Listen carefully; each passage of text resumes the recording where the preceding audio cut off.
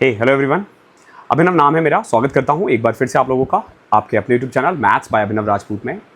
आज जो क्वेश्चन है ना मेरे पास, जिसके लिए मैं ये वीडियो बना रहा हूं, मेरे पास ना आजकल काफ़ी क्वेश्चंस आ रहे हैं कि सर जो प्रीवियस ईयर मॉक जब हम करते हैं तो उसमें अच्छे नंबर आ रहे हैं, 145, 50, 55, 60 तक जा रहे हैं, लेकिन जो लाइव मॉक है या जो मॉक टेस्ट है उसमें हमारे नंबर 120-25 ही है, लाइक द पंडित्स का है या ऑलिव बोर्ड है या फिर जो और भी है आरबी का है। इनमें जो मॉक्स में मार्क्स है वो डाउन हो रहे हैं, तो क्या करें।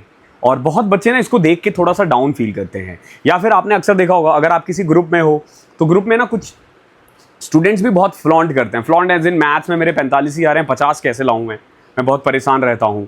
जीके में मेरे 35 ही आ रहे हैं, 30 ही आ रहे हैं, 50 कैसे लाऊं, 40 से ऊपर कैसे जाऊं। सेम ऐसे आपको जगह जगह मिलेंगे कि वो 4-5 आपको स्क्रीनशॉट भेज देंगे और 45 मार्क्स वाले और बोलेंगे 50 कैसे लाया जाए। तो देखो, उनको ना कोई प्रॉब्लम नहीं है, ठीक है, they are just showing off. समझा करो, 90% केस में शो ऑफ होता है, ठीक है। हर बार ऐसा नहीं होता है, कुछ बच्चे जेन्युइनली चाहते हैं ऐसा, बट 90% में मैंने देखा है उन बच्चों को उनका जॉब भी नहीं निकलता। शो ऑफ जो एग्जाम निकालने से पहले जो शो ऑफ करे कोई फायदा नहीं है, एग्जाम के बाद भी शो ऑफ नहीं होना चाहिए यार। जॉब अपने लिए निकाले, किसी और के लिए थोड़ी ना। तो उसी पे हम बात करेंगे। वीडियो को आगे बढ़ाने से पहले, अगर आप लोग 2025 की तैयारी कर रहे हो तो आज राखी का सेल चल रहा है। आप हमारा मैथ्स का जो बैच है, डिस्क्रिप्शन में लिंक मिल जाएगा, उसमें राखी का कोड लगा दोगे RAKHI, तो आपको 300 का ऑफ मिल जाएगा। ओके, आज के बाद फेस्टिवल पे आते रहते हैं, आपको कल से वो 100 रुपये 200 रुपये महंगा मिलेगा, ठीक है। तो आज अगर आप राखी का कोड लगा देते हो तो थोड़ा एक्स्ट्रा डिस्काउंट है। अब आ जाते हैं वापस से टॉपिक पे। तो देखो, प्रीवियस ईयर पेपर में मार्क्स इतने ज़्यादा क्यों आ रहे हैं? पहला सवाल तो ये देखो, प्रीवियस ईयर में मार्क्स आने का मेन कारण क्या होता है कि जैसे आप मान लो, अगर आपने मुझसे मैथ्स पढ़ा है, प्राइम टाइम 2.0 पढ़ लिया आपने, या फिर आपने पेड बैच से पढ़ लिया या फ्री में कहीं पढ़ा है, तो हम लोग भी ना प्रीवियस ईयर के क्वेश्चंस ही करवाते हैं। ओके, मैक्सिमम टाइम हम लोग प्रीवियस ईयर के क्वेश्चंस ही करवाते हैं 90% केस में। 10% में हम लोग फिगर वगैरह चेंज कर देते हैं। तो प्रीवियस ईयर ना रिपीटेड होता है। 90% केस में ऐसे क्वेश्चंस आते हैं जो पहले आपने देखे हुए हैं। ओके, और जब आप मॉक पे जाते हो, जब आप लाइव मॉक पे जाते हो, मैं खुद लाइव मॉक का सॉल्यूशन करवाता हूं, तो ऐसा नहीं है कि मुझे नहीं पता कि लाइव मॉक का पेपर कैसा आ रहा है। कुछ क्वेश्चन जेन्युइनली बहुत अच्छे होते हैं उसमें, अच्छे एज इन हार्ड कह सकते हो आप उसे, जिसमें ना आपको दिमाग लगाने की थोड़ी बहुत जरूरत पड़ेगी, ठीक है। तो इसी कारण से ना वहां पे नंबर थोड़ा डाउन रहता है। क्या ये मैटर ऑफ कंसर्न है? It's not a matter of concern. अगर आप 130 वहां पे भी ला रहे हो ना, आप निकाल दोगे प्री, मेरी गारंटी है। 120 प्लस भी अगर आ रहे हैं ना लाइव मॉक में, ईमानदारी से, ये नहीं कि 4 अटेम्प्ट में उसको किए, एक बार रोका फिर किया, साथ में एक मोबाइल लगा के फॉर्मूला पलट दिया। अगर ईमानदारी से 120-25 ला रहे हो तो यू आर इन रेस, आप रेस में हो और आप 2024 का प्री तो निकाल ही रहे हो, क्लियर निकाल रहे हो। मेंस की बात हम बाद में बात करेंगे, ठीक है। जब आप एक बार प्री का एग्जाम हो जाएगा उसके बाद हम मेंस पे जाएंगे। और जिनके प्रीवियस ईयर में भी नंबर नहीं आ रहे हैं, बहुत बच्चे होंगे जिनके 125-130 नंबर ही आ रहे हैं। देखो, अगर आप 125-30 भी ला रहे हो, you are still in race, अगर आप प्रीवियस ईयर में ला रहे हो। बट अगर बॉटम 100 में हो, 100 से नीचे हो, तो you are not in race. आपको 2025 पे स्विच कर लेना चाहिए। इट्स हाई टाइम, ठीक है। कोई आपको मोटिवेट कर दे फालतू चीज़ है, ठीक है। हाँ, लेकिन एग्जाम मत छोड़ना। ओके, एग्जाम की तैयारी पूरी तरीके से करो, बिल्कुल ऐसे करोगे निकालना है, ठीक है। लेकिन थोड़ा सा अपने आप में ये मान के चलना, इससे दुख थोड़ा कम होता है, ठीक है। मैं फालतू की बातें नहीं करता, बिल्कुल। आप मेरी किसी भी वीडियो में नहीं देखोगे कि मैं आपको बोलूँ नहीं तू निकाल देगा, जज्बा रख। अरे भैया, ये सब फालतू की चीज़ें हैं। Discipline is the key. रोज सुबह 6 बजे उठ रहा है, रात में 11 बजे सो रहा है, 7 घंटे की नींद के अलावा बाकी टाइम पढ़ रहे हो, तो ही जॉब लगेगा, ठीक है। अगर सामने मोटिवेशन के 4 लेक्चर्स पढ़ लिए और उससे निकलेगा, ऐसे नहीं होता है, ऐसे नहीं होता। अगर मेहनत करोगे निकल सकता है, आपको तैयारी नहीं छोड़नी चाहिए। ओके, बाकी 2025 पे स्विच कर सकते हो। अब आखिरी के कुछ दिन बचे हुए हैं कि क्या करना क्या चाहिए हमें। बहुत कम दिन है आपके पास, करना क्या चाहिए। देखो, आपको स्टैटिक जीके पे काम करना चाहिए।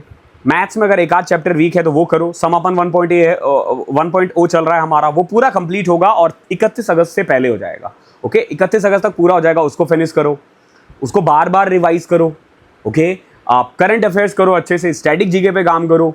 अब जैसे बहुत बच्चे सिनोनिम्स एंटोनिम्स पे जाते हैं या वोकैब सीरीज कर रहे हैं, भैया you are just wasting your time. Trust me, synonyms antonyms 15-20 दिन में नहीं हो सकते। आपको इडियम्स पे काम करना है, आपको वन वर्ड सब्स्टिट्यूशन पे काम करना है। क्यों? क्योंकि इनके क्वेश्चंस इजी होते हैं।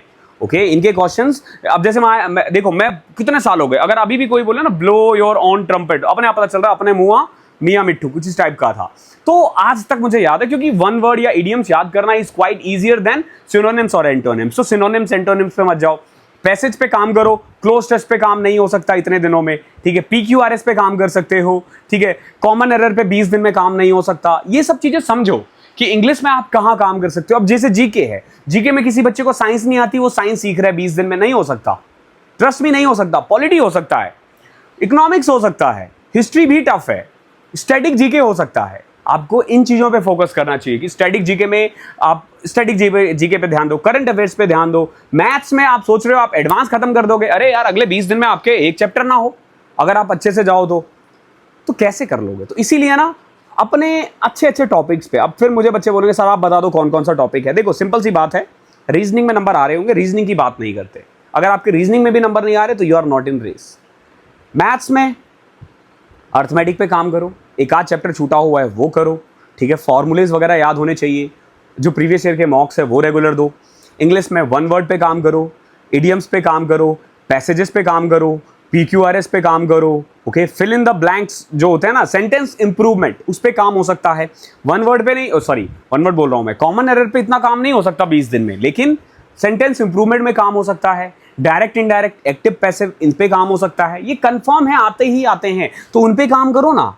स्टैटिक जीके पे पूरा काम करो, और अगर जीके करना ही है तो पॉलिटी करो, ओके। इकोनॉमिक्स करो, हिस्ट्री नहीं हो सकती, ज्योग्राफी नहीं हो सकती।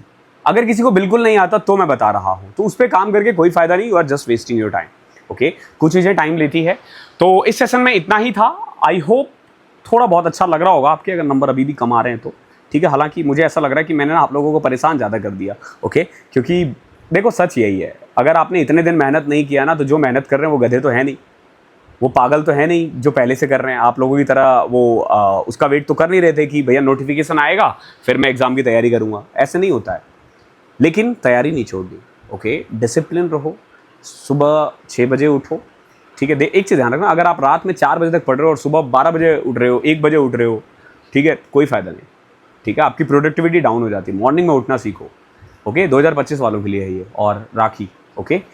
थैंक यू सो मच, मिलता हूँ अगली क्लास में, तब तक के लिए पढ़ाई करते रहो।